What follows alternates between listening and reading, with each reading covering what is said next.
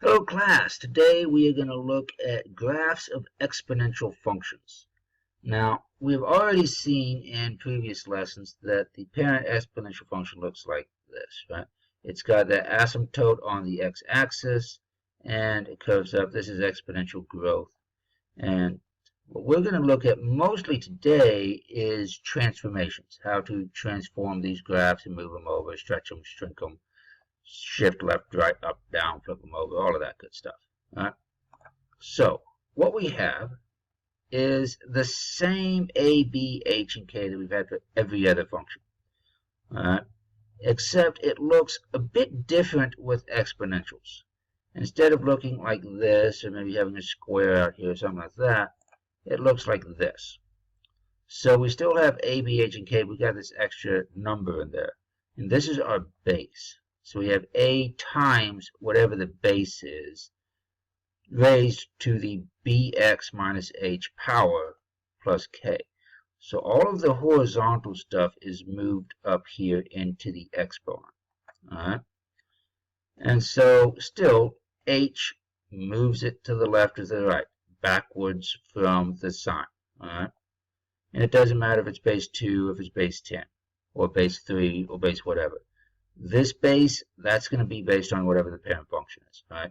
Is this 2 to the x? Is this 10 to the x? Is this 1/2 to the x? All right? That's not going to change. So this put here, this is the base of the exponent. This isn't going to change. This isn't going to do anything. All right? K is still tacked on to the end, and that moves it up and down just like it looks. So we still like K. It still looks very nice. Reflections. If the base is negative, then what we have is a flip over the x-axis. Right? This is basically, we have a negative 1, so you really have a negative a, because the vertical change is a reflection over the x-axis. If it's a reflection over the y-axis, that's going to be a negative up here, a negative x in your exponent position. Right? And that'll be a reflection over the y-axis. Now, horizontal stretch and shrink is still b, just like it was always before, that b being multiplied by the x inside the parentheses here. All right? And just like in every other function, if b is greater than 1, it shrinks. If b is less than 1, it stretches. All right? So here you have x divided by 2. That's basically x times 1/2 is what that is. So 1/2 x. So x is less than 1. B is less than 1, sorry. Vertical stretch and shrink, that's still that a is thrown in the front. Multiply the whole thing by a, stretch and shrink just like it looks. If a is negative, it's a reflection of the x-axis. That's coming off right here. And if a is less than 1, it shrinks. B is greater than 1, it stretches. Same thing we had in all the other functions we've ever dealt with. So let's take this and put this into use. We need to describe the transformations of f of x represented by g of x. So here we have 1/2 raised to the x power, and in g of x we have 1/2 to the x minus 4. And then we're going to graph them. So what we're going to do here is we see, okay, this is that plus 4 tacked onto the end. That's like plus k, that minus 4 is. So this minus 4, that is in the k position. And so this is a translation 4 units down. And here's the graph. Here's the original. And you see it's just moved down 4 units. And the biggest thing here is that the asymptote on the x-axis is moved down 4 units. So now the asymptote is on y equals -4. All right? And so the whole thing gets slid down. All right, so when you're looking at these, you're looking what is in the new function that was not in the old function. Any number that is different is going to do something to your graph. All right? So here, let's take a look at this. Here, f of x equals e to the x. G of x is e to the x plus 3 power plus 2. All right? So when you describe the transformations, then we're going to graph them. So let's look at these. What is different from f of x and g of x? Well, we've got a plus 3 and we've got a plus 2. So we need to have 2 different transformations, one for the 3 and one for the 2. All right? The 3, that's up here with the x, so that's in the h position. And remember, it's minus h, so that sign gets changed. And the 2, that's tacked on to the end, right? So that's in the k position. And so h of -3 is going to translate it 3 units to the left. K of 2 is going to move 2 units up. So here it's easy to see it moves 2 units up because that's the asymptote there. A little harder to see that it got moved over 3 units before it got moved over up 3. Right? But it did. You can take this point right here at 0, 1 and move over 3 and up 2, and you're right back on the graph. Right? So it's not like super easy to see the transformations from the graphs of exponential functions. You can do it right here as well at here, moves over 3, up 2, and you're right back where you started. Right back on the graph. Right? Not as easy to see them from the graph to get the equation, but you can get it from the equation to get the graph. Right. So, let's do this again. Describe the transformation, then graph the function. Right?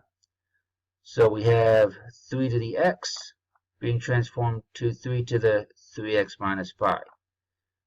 What's different between f and g? Well, we've got this 3 in the exponent. We've got a minus 5 in the exponent.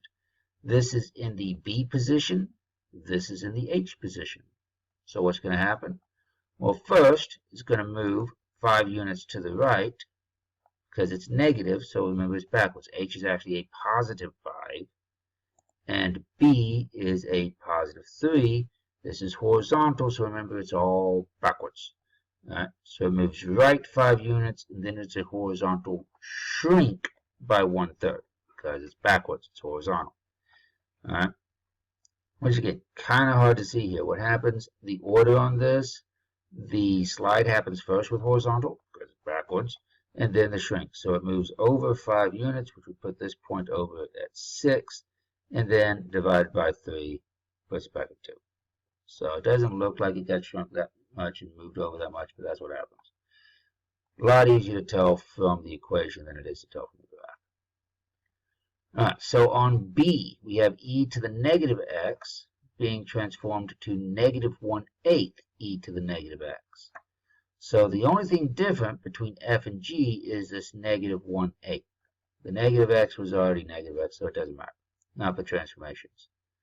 So this is in the a position, which means this is a vertical shrink by 1/8 and a reflection over the x-axis. Right? The negative is the flip, and vertical shrinks just like it looks like it's going to do. It's 1/8, so it gets smaller.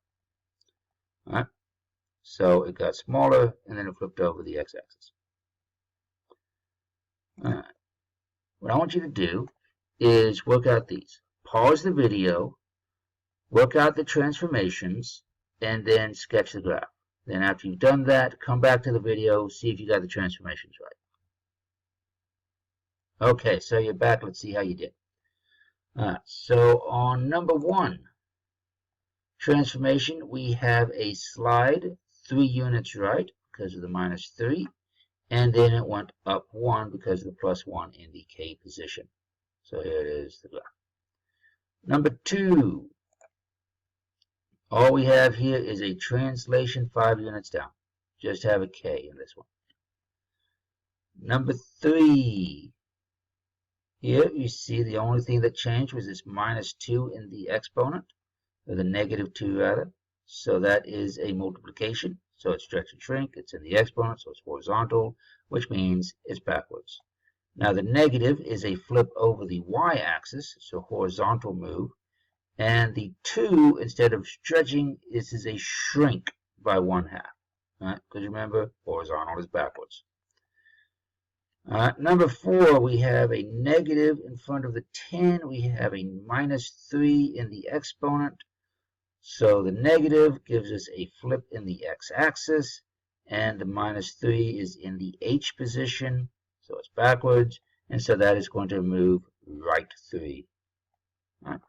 And there it is. And you see how all of these still change it exactly the same as they did when we were dealing with quadratics or polynomials or linears or absolute values, all of those. Everything still moves it the same way it did that. Last thing. Let the graph of g be a reflection in the x-axis followed by a translation 4 units to the right of the graph of f of x, which is 2 to the x. We're going to write a rule for g. So this time it's telling us these are what the transformations are, come up with the equation. All right? And we've been doing this before. We've done this with all the other functions, so it shouldn't be too bad. We start with f of x, and we're going to reflect it in the x-axis. Just do that part first. All right? Anytime you have this followed by, you want to do it in 2 steps. So the first thing we're going to do is reflect in the x-axis. That is a vertical move, and so this is going to be on the outside. It's going to be outside of the exponent. This is the a position, so we're going to have a negative in front of f of x. So we multiply the entire f of x by negative 1, which is just negative 2 to the x. All right. Now we do the stuff that was followed by. Translation 4 units to the right. Well, we're moving right, we're going side to side. This is a horizontal move, so it's going to be up inside the exponent. And it's going to be adding and subtracting because it's a translation. So this is a h. And so h is going to be minus 4. So we're going to have x minus 4, which we're going to plug into this equation here. So our exponent is now x minus 4. So our equation is g of x equals negative 2 raised to the x minus 4 power. And we're going to graph it. You can see this. Here's our here's our original f of x. First, we reflect it in the x-axis, which puts us at h, and then it gets moved 4 units to the right. So here's our new function. You can see that it did do what we said it should have done. Okay, so let's take a look at the next one. Here, what I want you to do is come up with the transformations. Well, it gives you the transformations. Come up with the equations for the given transformations. Write the equation for g of x, and then come back and see how you did. Alright, so you've got those worked out. Let's see what you did. Number 7. Should have come up with e to the negative 1/3 x plus 2. We have a horizontal stretch by a factor of 3. So we're going to take this x, this negative x in the original, and we multiply it by 1/3. Remember, horizontal is backwards. So if it says you're going to stretch by 3, you're actually going to end up multiplying it by 1/3, not by 3. So negative x times 1/3 gives us a negative 1/3 x. And then translation 2 units up. So our k is plus 2. Number 8. We had a reflection in the x-axis followed by a translation 2 units left of f of x equals 3 to the x. So first was a reflection in the x-axis. That is a vertical move. And so that is, and it's a flip. Flips are always negative. Verticals are always going to be on the outside, out in front. So we have a negative 3. Then the translation 2 units to the left. This is a horizontal move, which means it's just to the x, so it's in the exponent. And it's to the left, so it is technically, so h is technically negative 2, except it's x minus h. Remember, everything horizontal looks backwards. So instead of having minus 2, we're going to have x plus 2, because it's x minus negative 2. And there's h of x.